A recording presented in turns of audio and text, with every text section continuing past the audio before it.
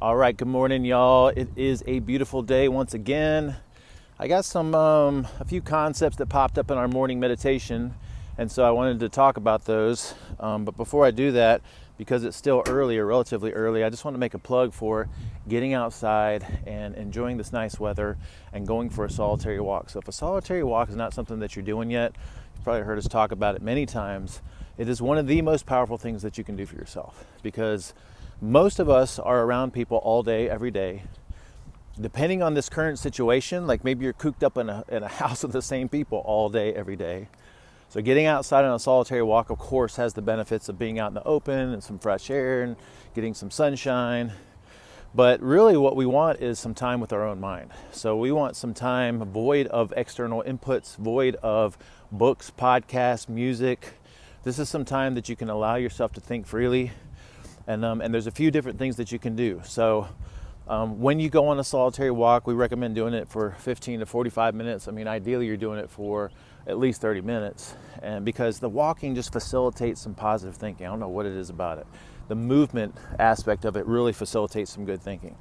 So you can have three different focuses. You can choose a deliberate focus. So sometimes I have a talk or a video that I need to shoot or a concept that I'm working through, and so I will use that time to think about it, because that's kind of what's pressing it on my mind, as long as it's creative and open and positive. Now sometimes I may not have anything in particular, and so I'll walk and have this attitude of curiosity and fascination. And so I will allow thoughts to pop up, and when they pop up, I just have this really curious interest in it. Like, wow, I wonder what's going to pop up. And then something pops up, and then before I know it, I'm down this little path of thinking about this topic that I didn't expect to be thinking about, but it ended up being really useful. So that's the second option, is to walk and just see what happens, see what comes up. As long as it's positive and creative and open, then it's perfectly fine to kind of follow, or you can decide not to. So then the third option for your solitary walk would be to practice like you would in meditation.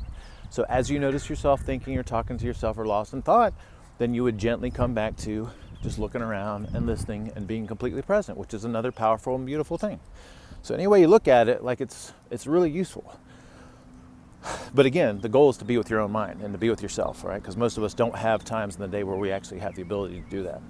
Now, on another topic, I wanted to make a plug for a dedicated sitting session, meditation, right? Where you have a focus, you notice your mind drift, and you come back to your focus.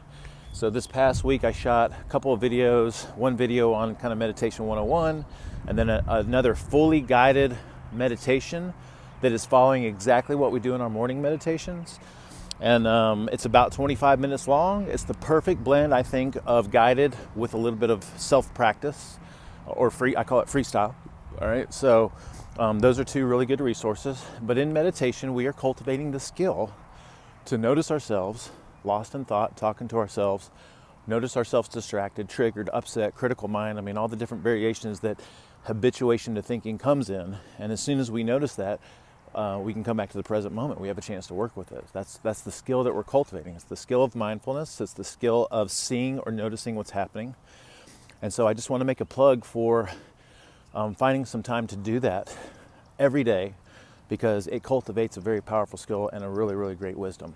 And again, we have a couple of resources on that. So anyway, what I wanted to talk about was this morning in our meditation, our sunrise meditation, which, by the way, was awesome. We had some people here locally keeping our distance, of course, and then we had some people chime in on Zoom.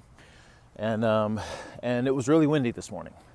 So as I'm sitting there trying to take us through a meditation and trying to meditate myself, the wind blowing in our face was very distracting. And so the practice moment for me was noticing the irritation that came with that.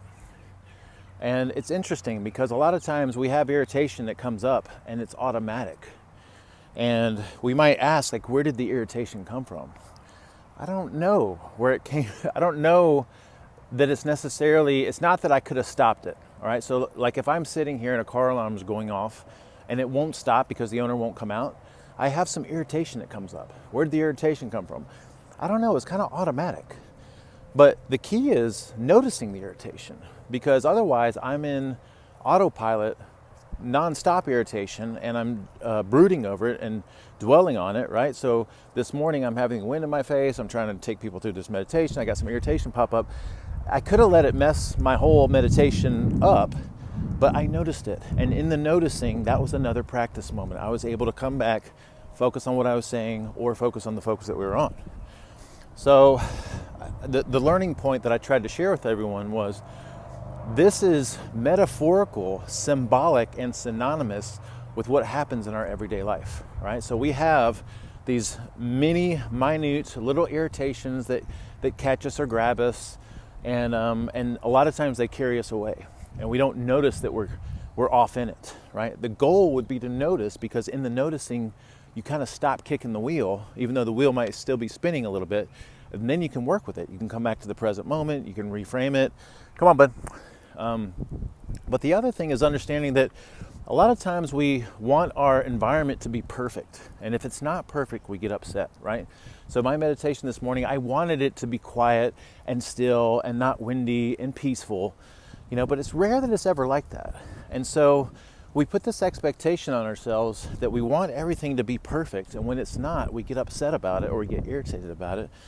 And I think it's a good practice moment to notice that we have this tendency to want that perfection, and rarely is it ever going to happen. So if we can notice the irritation that comes up or pops up from not having a perfect situation, in the noticing again, we've kind of stopped that habitual cascade or cycle.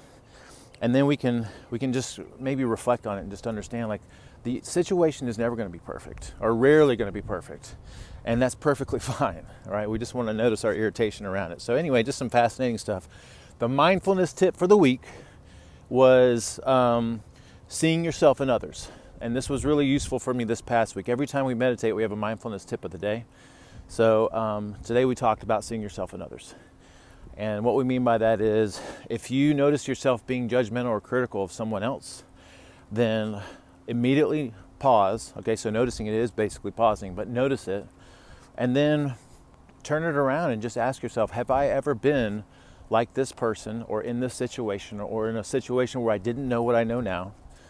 I think for myself, if I see someone driving by, and downing a Coca-Cola or a Monster Energy drink, and they look tired and they look unhealthy or something like that, like, there's an immediate judgment that pops up in my mind. It's almost instantaneous. But I've gotten so good at it now, I can notice that. And then I can immediately bring in some compassion and just ask myself, have I ever been in a situation where I didn't know what I know now? There was a time that I was just like that, and I didn't have this information. That person, just like me, wants to be happy, wants to be healthy, wants to know the right thing to do. And immediately it just changes everything. And so it's a really great way to just have compassion for anybody and everybody. So the mindfulness tip of the day or week would be just to see yourself and others, to notice your judgmental or critical mind, and to use that to bring in some compassion, all right? And then finally, I just want to make a plug for this week, prioritizing your health, because it is the most important thing that you can prioritize. From good health, everything else good comes, okay? So, and especially in this time that we're in right now, health, robust immune system, strength, and resiliency are so crucial. And the best thing that you can do is prioritize your health. I think everything else is going to fall into place. So make sure that you're eating real food, ideally the way that we recommend eating real food. All right, make sure that you are prioritizing your sleep. And just because you have some free time or some kind of flexibility in your schedule, I would still make a consistent effort to get up at the same time, go to bed at the same time, no matter what, even weekends. All right, and then make sure that you have a mindfulness practice in place. All right, that would include a solitary walk most days, and then having some kind of a sitting, quiet session, ideally meditation. I'll provide some links that you can use. A meditation 101 and a guided meditation, super solid. Or you can join us for our morning meditations every morning during the week, Monday through Friday, 7:30 a.m. All right, they're always great. They're always awesome. And then make sure that you prioritize fitness. Have some kind of a movement program of your own. The CrossFit Combine Zoom classes have been amazing. Absolutely love those. They've been great.